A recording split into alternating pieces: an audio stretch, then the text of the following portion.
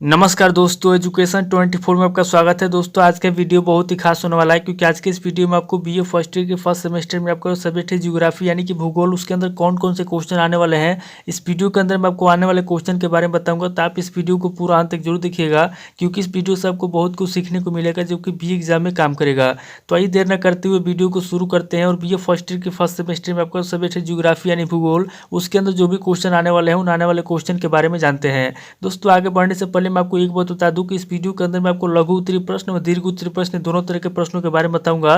तो आप इस वीडियो को स्किप किए बिना पूरा देखिएगा ताकि आपको दोनों तरह के प्रश्नों के बारे में पता चल सके। तो आइए दोस्तों देर न करते हुए वीडियो को शुरू करते हैं। और सबसे पहले हम लोग लघु उत्तरीय प्रश्नों के बारे में जानते हैं। तो यहाँ पर दोस्तों लघु उत्तरीय प्रश्नों में पहले प्रश्न की बात की जाए तो यहाँ पर दोस्तों आपका पहला प्रश्न दिया हुआ है, भौतिक भूगोल की उपशाखाओं का संक्षिप्त विवरण दीजिए। यानी कि दोस्तों पहला क्वेश्चन कह रहा है कि जो भौतिक भूगोल होता है यानी कि जो भौतिक भूगोल की उपशाखा होता है, यहाँ पर दोस्तों आपको भौतिक भूगोल की उपशाखाओं को क्या करना है, संक्षिप्त में विवरण देना है। यानी कि दोस्तों पहला क्वेश्चन ये कह रहा है कि जो भौतिक भूगोल है, यहाँ पर दोस्तों आपको भौतिक भूगोल की जो उपशाखा है, यहाँ पर दोस्तों आपको भौतिक भूगोल की उपशाखा क्या करना है, भौतिक भूगोल की उपशाखाओं का संक्षिप्त में विवरण देना है। अब दोस्तों अगले क्वेश्चन की बात की जाए तो यहाँ पर दोस्तों आपका दूसरा क्वेश्चन दिया हुआ है, पृथ्वी की गति पर टिप्पणी लिखिए। यानी कि दोस्तों दूसरा क्वेश्चन कह रहा है कि जो पृथ्वी की गति होती है, यहाँ पर दोस्तों आपको पृथ्वी की गति पर क्या करना है, टिप्पणी लिखना है। अब दोस्तों अगले क्वेश्चन की बात की जाए तो यहाँ पर दोस्तों आपका तीसरा क्वेश्चन दिया हुआ है, पृथ्वी की आंतरिक संरचना के संबंध में विभिन्न मतों का वर्णन कीजिए। यानी कि दोस्तों तीसरा क्वेश्चन कह रहा है कि जो पृथ्वी की आंतरिक संरचना है, यहाँ पर दोस्तों आपको पृथ्वी की आंतरिक संरचना के संबंध में जो भी विभिन्न मत है, यहाँ पर दोस्तों आपको विभिन्न मतों का क्या करना है, विभिन्न मतों का वर्णन करना है। अब दोस्तों अगले क्वेश्चन की बात की जाए तो यहाँ पर दोस्तों आपका चौथा क्वेश्चन दिया हुआ है, ज्वालामुखी की परिभाषा दीजिए। यानी कि दोस्तों चौथा क्वेश्चन कह रहा है कि ज्वालामुखी क्या होता है, यहाँ पर दोस्तों आपको ज्वालामुखी की परिभाषा देना है। अब दोस्तों अगले क्वेश्चन की बात की जाए तो यहाँ पर दोस्तों आपका पांचवा क्वेश्चन दिया हुआ है, ऊंचाई के आधार पर पर्वतों का वर्गीकरण कीजिए। यानी कि दोस्तों पांचवा क्वेश्चन कह रहा है कि जो ऊंचाई होता है, यहाँ पर दोस्तों आपको ऊंचाई के आधार पर क्या करना है, यहाँ पर दोस्तों आपको ऊंचाई के आधार पर पर्वतों का वर्गीकरण करना है। यानी कि जो पर्वत होता है, यहाँ पर दोस्तों आपको क्या करना है कि ऊंचाई के आधार पर आपको पर्वतों का वर्गीकरण करना है। अब दोस्तों अगले क्वेश्चन की बात की तो यहाँ पर दोस्तों आपका छठा क्वेश्चन दिया हुआ है, आग्नेय शैलों की उत्पत्ति तथा रचना बताइए। यानी कि दोस्तों छठा क्वेश्चन कह रहा है कि जो आग्नेय शैल होते हैं, यहाँ पर दोस्तों आपको आग्नेय शैलों की उत्पत्ति के बारे में बताना है और आग्नेय शैलों की रचना के बारे में बताना है। अब दोस्तों अगले क्वेश्चन की बात की जाए तो यहाँ पर दोस्तों आपका सातवां क्वेश्चन दिया हुआ है, भ्रंश किसे कहते हैं, भ्रंश कितने प्रकार के होते हैं। यानी कि दोस्तों सातवां क्वेश्चन कह रहा है कि भ्रंश किसे कहते हैं, यहाँ पर दोस्तों आपको बताना है कि भ्रंश किसे कहते हैं और आगे कह रहा है दोस्तों कि भ्रंश कितने प्रकार के होते हैं। यानी कि भ्रंश किसे कहते हैं इसके बारे में आपको बताना है और भ्रंश कितने प्रकार के होते हैं इसके बारे में आपको बताना है। अब दोस्तों अगले क्वेश्चन की बात की जाए तो यहाँ पर दोस्तों आपका आठवां क्वेश्चन दिया हुआ है, डेल्टा के प्रकारों का वर्णन कीजिए। यानी कि दोस्तों आठवां क्वेश्चन कह रहा है कि डेल्टा क्या होता है, डेल्टा कितने प्रकार का होता है। यहाँ पर दोस्तों आपको डेल्टा के प्रकारों को वर्णन करना है, यानी कि डेल्टा कितने प्रकार का होता है। अब दोस्तों अगले क्वेश्चन की बात की जाए तो यहाँ पर दोस्तों आपको नवा क्वेश्चन दिया हुआ है, भी आकार की घाटी, गार्ज एवं कैनियन में क्या अंतर है, उदाहरण सहित स्पष्ट कीजिए। यानी कि दोस्तों नवा क्वेश्चन कह रहा है कि जो भी आकार की घाटी गार्ज होती है और जो कैनियन होता है, इन दोनों में क्या अंतर होता है। यहाँ पर दोस्तों आपको भी आकार की घाटी, गार्ज एवं कैनियन में अंतर बताना है और इसको क्या करना है, उदाहरण से समझाना है। यानी कि दोस्तों आपको यहाँ पे उदाहरण देकर समझाना है। अब दोस्तों अगले क्वेश्चन की बात की जाए तो यहाँ पर दोस्तों आपका 10वां क्वेश्चन दिया हुआ है, हिमानियों से निर्मित यू आकार की घाटी का उल्लेख कीजिए। यानी कि दोस्तों 10वां क्वेश्चन कह रहा है कि जो हिमानी होता है, यहाँ पर दोस्तों आपको हिमानियों से निर्मित यू आकार की घाटी का उल्लेख करना है। यानी कि जो यू आकार की घाटी होती है, यहाँ पर दोस्तों आपको बताना है कि हिमानियों से निर्मित जो यू आकार की घाटी होती है उसके बारे में आपको बताना है, यानी कि यू आकार की घाटी का उल्लेख करना है। अब दोस्तों अगले क्वेश्चन की बात की जाए तो यहाँ पर दोस्तों आपका 11वां क्वेश्चन दिया हुआ है, यू और भी घाटी में अंतर बताइए। ये दोस्तों बहुत ही इंपॉर्टेंट क्वेश्चन है, यू और भी घाटी में अंतर बताइए। यानी कि दोस्तों यू घाटी होता है और जो भी घाटी होता है, यहाँ पर दोस्तों आपको यू घाटी और भी घाटी में क्या करना है, अंतर बताना है। अब दोस्तों अगले क्वेश्चन की बात की जाए तो यहाँ पर दोस्तों आपका 12वां क्वेश्चन दिया हुआ है, शीतोष्ण कटिबंधीय चक्रवात की विशेषताओं का वर्णन कीजिए। यानी कि दोस्तों 12वां क्वेश्चन कह रहा है कि जो शीतोष्ण कटिबंधीय चक्रवात होता है, यहाँ पर दोस्तों आपको शीतोष्ण कटिबंधीय चक्रवात के बारे में बताना है।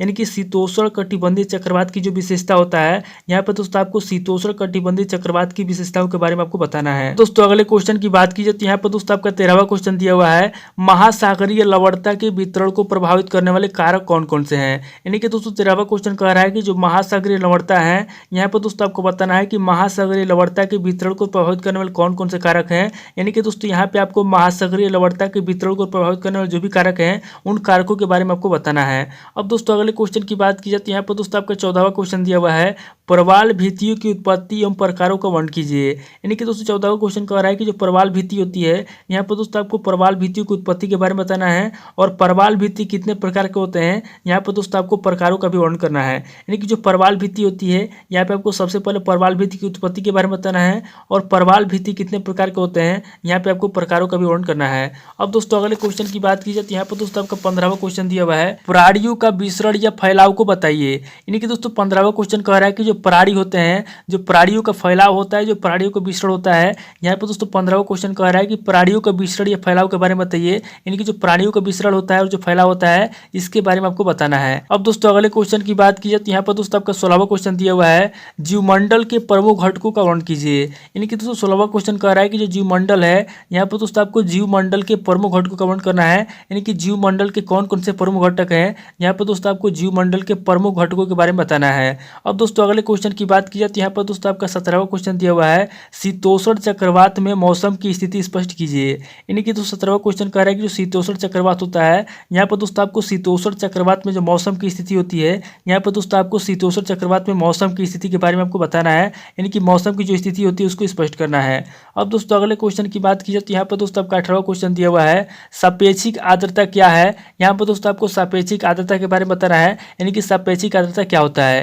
तो ये दोस्तों टोटल आपके 18 क्वेश्चन होंगे जो कि आपके लघु उत्तरीय प्रश्न में पूछे जाएंगे। अब दोस्तों आगे हम लोग दीर्घ उत्तरीय प्रश्नों के बारे में जानेंगे। यहाँ पर दोस्तों दीर्घ उत्तरीय प्रश्नों के पहले प्रश्न की बात की जाए तो यहाँ पर दोस्तों आपका पहला प्रश्न दिया हुआ है, जीओम से आप क्या समझते हैं, उसके प्रकार बताइए एवं किसी एक का वर्णन कीजिए। यानी कि दोस्तों पहला क्वेश्चन कह रहा है कि जीओम क्या होता है, जीओम से आप क्या समझते हैं, उसके प्रकार बताइए एवं किसी एक का वर्णन कीजिए। यानी कि दोस्तों यहाँ पे आपको जीओम के बारे में बताना है कि जीओम क्या होता है, जीओम के प्रकार के बारे में बताना है और जीओम में से क्या करना है, किसी एक का वर्णन करना है। अब दोस्तों अगले क्वेश्चन की बात की जाए तो यहाँ पर दोस्तों आपका दूसरा क्वेश्चन दिया हुआ है, प्रवाल भित्ति से आप क्या समझते हैं, उसकी उत्पत्ति एवं विकास के लिए कौन कौन से भौगोलिक कारक सहायक हैं। यानी कि दोस्तों दूसरा क्वेश्चन कह रहा है कि जो प्रवाल भित्ति होता है, यहाँ पर दोस्तों दूसरा क्वेश्चन कह रहा है कि प्रवाल भित्ति से आप क्या समझते हैं, इसकी उत्पत्ति एवं विकास के लिए कौन कौन से भौगोलिक कारक सहायक है। यानी कि दोस्तों जो प्रवाल भित्ति होता है, प्रवाल भित्ति की उत्पत्ति कैसे होता है, विकास कैसे होता है और इसके लिए कौन कौन से भौगोलिक कारक सहायक है। यहाँ पर दोस्तों आपको बताना है कि जो प्रवाल भित्ति होता है, प्रवाल भित्ति की उत्पत्ति कैसे होती है और इसके विकास के लिए कौन कौन से भौगोलिक कारक सहायक हैं।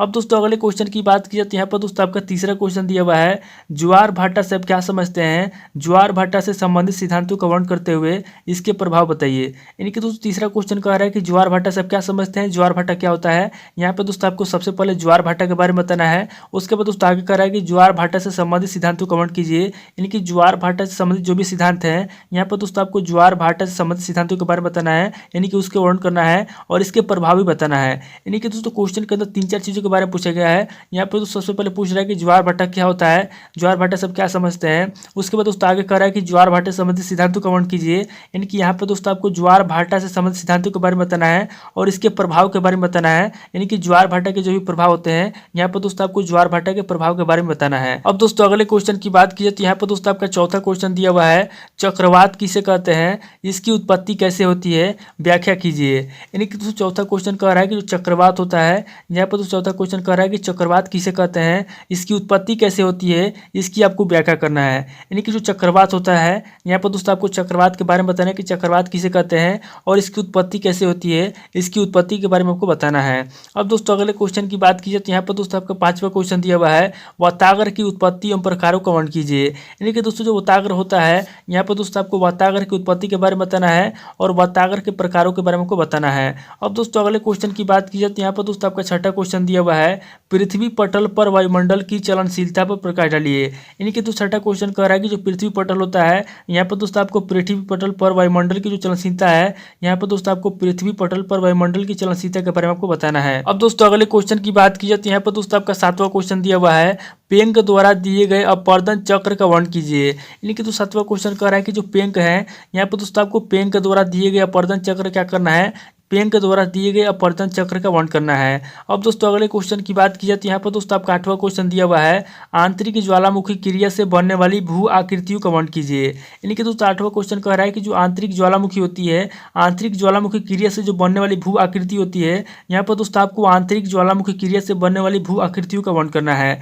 अब दोस्तों अगले क्वेश्चन की बात की जाए तो यहाँ पर दोस्तों आपका 9वां क्वेश्चन दिया हुआ है, महासागरों तथा महाद्वीपों की रचना कैसे हुई, चतुष्फलक सिद्धांत की विवेचना कीजिए। यानी कि दोस्तों 9वां क्वेश्चन कह रहा है कि जो महासागर है और जो महाद्वीप है, महासागरों तथा महाद्वीपों की रचना कैसे हुई, इसके बारे में आपको बताना है कि महाद्वीपों और महासागरों की रचना कैसे हुई। उसके बाद दोस्तों आगे आपको बताना है कि जो चतुष्फलक सिद्धांत है, यहाँ पर दोस्तों आपको चतुष्फलक सिद्धांत के बारे में बताना है। अब दोस्तों अगले क्वेश्चन की बात की जाए तो यहाँ पर दोस्तों आपका 10वां क्वेश्चन दिया हुआ है, जेम्स जीन्स एवं जेफरी के ज्वार भाटा सिद्धांत का वर्णन कीजिए। यानी कि दोस्तों 10वां क्वेश्चन कह रहा है कि जो जेम्स जीन्स है और जो जेफरी है, यहाँ पर दोस्तों आपको जेम्स जीन्स एवं जेफरी के ज्वार भाटा सिद्धांत के क्या करना है, वर्णन करना है। यानी कि इन दोनों के जो भी सिद्धांत हैं, जेम्स जीन के और जेफरी के, इन दोनों के जो भी सिद्धांत थे ज्वार भाटा को लेकर, यहाँ पर दोस्तों आपको जेम्स जीन्स एवं जेफरी के ज्वार भाटा सिद्धांत को क्या करना है, वर्णन करना है। तो ये दोस्तों टोटल आपके 10 क्वेश्चन होंगे जो कि आपके दीर्घ उत्तरीय प्रश्न में पूछे जाएंगे। तो इस वीडियो के अंदर मैंने आपको लघु उत्तरीय प्रश्न और दीर्घ उत्तरीय प्रश्न दोनों तरह के प्रश्नों के बारे में बता दिया। तो आप इन प्रश्नों को किसी किताब से या सीरीज से मिला करके नोट कर लीजिए और याद कर लीजिए, या फिर अगर आप कमेंट करेंगे तो मैं आपको नेक्स्ट वीडियो में सभी प्रश्नों के उत्तर मैं आपको दे दूंगा। दोस्तों आज इस वीडियो को मैं यहीं पे स्किप करता हूँ, मिलता है आपसे नेक्स्ट वीडियो में। अगर आपको वीडियो अच्छा लगा तो वीडियो को लाइक कीजिए, शेयर कीजिए और कमेंट करके बताइए कि आपको नेक्स्ट वीडियो किस टॉपिक के ऊपर चाहिए। थैंक यू दोस्तों।